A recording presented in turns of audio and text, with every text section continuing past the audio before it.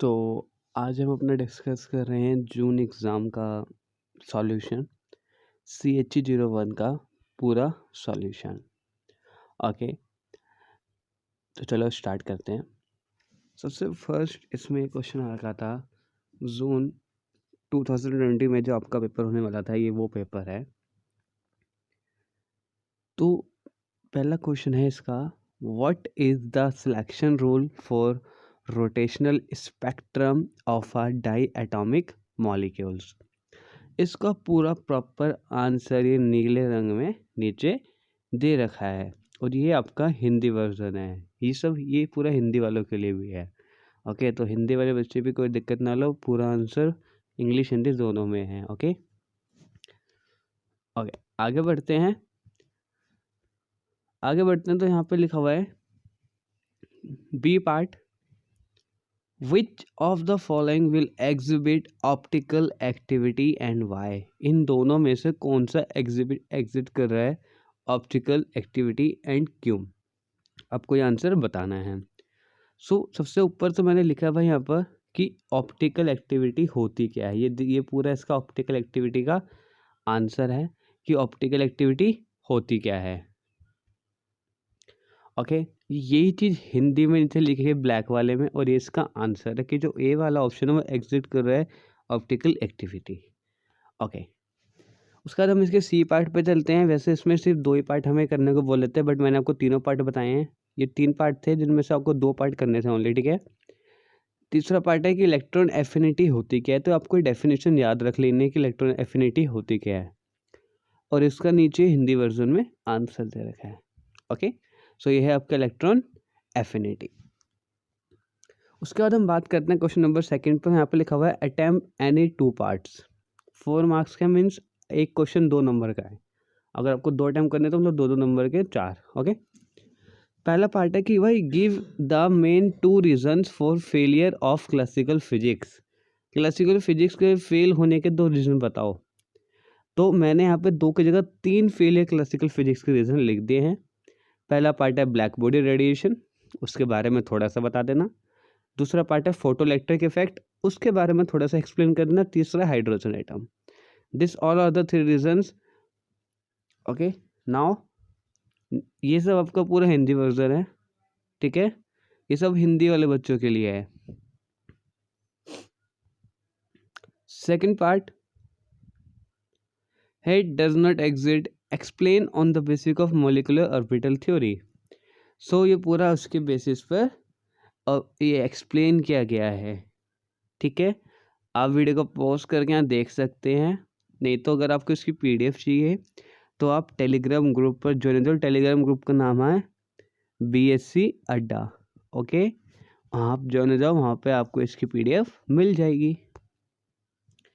उसके बाद alpha DK क्या होता है एक्सप्लेन करो एग्जाम्पल के साथ। तो अल्फ़ा डीके तो मैंने लिख दिया था, एक्चुअली इसका एग्जाम्पल ना मेरे को सही से मिल नहीं पा रहे थे, सो मैंने ऐड नहीं करे। जो मिल रहे थे जब मैंने डाल रहा था यहाँ पर तो वो आ नहीं रहे थे सही से। तो अगर आपको मिल जाए तो आप कहीं लिख लेना और अपनी नोटबुक में इसका एग्जाम्पल भी एक लिख लेना। ओके, और नीचे हिंदी वर्जन है, ऊपर इंग्लिश वर्जन है। क्वेश्चन नंबर थर्ड आते हैं। बोला अटेम्प्ट एनी 2 पार्ट्स, मीन्स ये आपके 3 मार्क्स वाले क्वेश्चंस हैं। आपको 2 अटेम्प्ट करने हैं, मतलब 3 नंबर के 2 क्वेश्चंस। पहला क्वेश्चन है कि भाई PCl5 के अंदर जो हाइब्रिडाइजेशन होती है कौन सी होती है, उस चीज़ का एक्सप्लेन करो।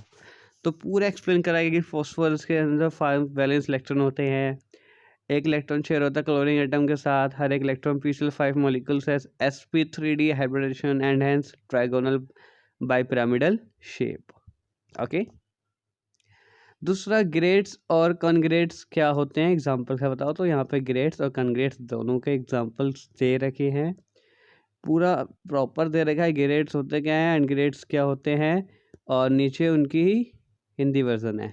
ओके, उसका ये आपका ऊपर सी पार्ट जो है ये आपका भाई न्यूमेरिकल है, सो आप न्यूमेरिकल तो खुद भी कर सकते हैं।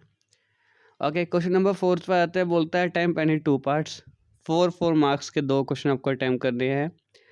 पहला क्वेश्चन है एक्सप्लेन करो how tracers are helpful in establishing correct mechanism of the formation of ester from alcohol and acids. तो दिस इज एस्ट्रिफिकेशन जो प्रोसेस होता है ये वही प्रोसेस के बारे में आपसे इसमें पूछा जा रहा है। सो ये पूरा इसका आंसर है कि esterification is the process of combining organic acids with an alcohol to form ester and water और a chemical reaction in resulting in the formation of at least one ester product.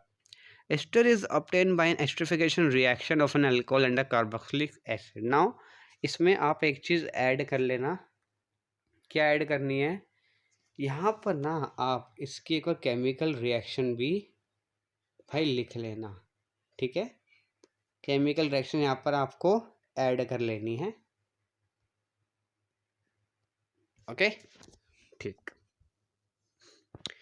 इसका जो दूसरा part था वो ये था, जैसे ए के दो पार्ट थे, ए और बी, तो उसका बी पार्ट था, उसमें आपको ना यहाँ पे बोला गया था कि भाई रेडियस दे रखा है इतना, अब बी आर का इतना दे रखा है, स्ट्रक्चर बताओ कि बी आर का, इस तरह से था क्वेश्चन। अब इसका बी पार्ट पे आओ तो यहाँ पे देखो लिखा हुआ है कि discuss two main factors affecting on vibration frequency in I R region. अब ये इसका पूरा आंसर दे रखा है नीचे, ठीक है। उसने बोला है कि दो बताओ, तो मैंने शायद इसमें 3 रीजन बता दिए होंगे आपको, तो आपको कोई भी 2 याद कर लेना अच्छे से, उनको आप हमेशा याद रखना, पेपर में आएगा तो वही लिख के आ जाना, ओके। अब आपको करना क्या, आपको ये पूरा पेपर याद करना है। न्यूमेरिकल मैंने इसलिए नहीं लिखे क्योंकि न्यूमेरिकल याद करने से फ़ायदा नहीं है कुछ। हाँ, आप न्यूमेरिकल करने के लिए एक चीज़ कर सकते हैं, जितनी भी आपकी बुक्स के अंदर बिल्कुल लास्ट पेज में जितने भी आपके न्यूमेरिकल्स दे रखे हैं, आप उनको एक बार सॉल्व कर लीजिए, उनके फॉर्मूले थोड़ा रिमाइंड कर लीजिए, ठीक है। बाकी थ्योरी के लिए ये आप कर लो, बहुत सफिशिएंट है आपके लिए, पर इनको अच्छे से कर लेना, पूरे प्रॉपर याद होने चाहिए। ये भी पूरा आपका सेम और सेम न्यूमेरिकल है, इसलिए मैंने ये छोड़ दिया। उसके बाद क्वेश्चन नंबर 5 पे आते हैं, बोलता है सिर्फ एक ही पार्ट आपको अटेम्प्ट करना है, 2 पार्ट दे रखे होंगे या 3 पार्ट दिए होंगे, तो बोला उसमें एक पार्ट अटेम्प्ट करना है। 5 नंबर क्वेश्चन है। पहला पार्ट है इसका कि भाई क्रोमियम एटम का इलेक्ट्रॉनिक कॉन्फ़िगरेशन लिखो, तो ये उसकी इलेक्ट्रॉनिक कॉन्फ़िगरेशन। दूसरा पार्ट है, उसमें बोला उसने डी ब्रोगली वेवलेंथ कैलकुलेट करनी है, आपको बॉडी मास दे दिया है, वो इतनी वेलोसिटी से मूव कर रहा है, आपको डी ब्रोगली वेवलेंथ निकालनी है। अगर आपको फॉर्मूला याद होगा तो डेफिनेटली आप इसका आंसर निकाल दोगे। तीसरा पार्ट है इसका कि हिंसबर्ग की अनसर्टेनिटी प्रिंसिपल बताना है, तो ये इसका पूरा प्रिंसिपल दे रखा है हिसेनबर्ग का, और ये उसका हिंदी वर्जन दे रखा है। उसके बाद रेजोनेंस स्ट्रक्चर आपको ड्रॉ करना है किसका भाई, नाइट्रेट आयन का, तो जो ऊपर बॉक्स में दिया हुआ है वो क्या है आपका भाई, resonance structure of nitrate ion, और ये इसी स्ट्रक्चर की एक्सप्लेनेशन है, ठीक है। हिंदी वर्जन पूरा उसी का, जो नीचे लिखा हुआ था लाइन उसका पूरा हिंदी वर्जन है, ठीक है। अब ये भी वही क्वेश्चन है, आपको रेडियस बताना है सेकंड ऑर्बिट का लिथियम एटम का, अगर उसका रेडियस पहले बोर ऑर्बिट हाइड्रोजन इतना है तो, ओके। सो ये था आपका 2020 का CH01 का पूरा पेपर। आपका काम यह है कि आपको इस पूरे को अच्छे से याद करना है, और मैं अगेन एक बात बता दूं कि इसकी PDF आपको मिलेगी BSc अड्डा पर, ओके। सो चलो मिलते हैं इसकी नेक्स्ट वीडियो में, और हो सके तो चैनल को सब्सक्राइब करवा देना यार जल्दी जल्दी, और जल्द ही सारे केमिस्ट्री के जितने भी आपके सब्जेक्ट्स हैं उन सब के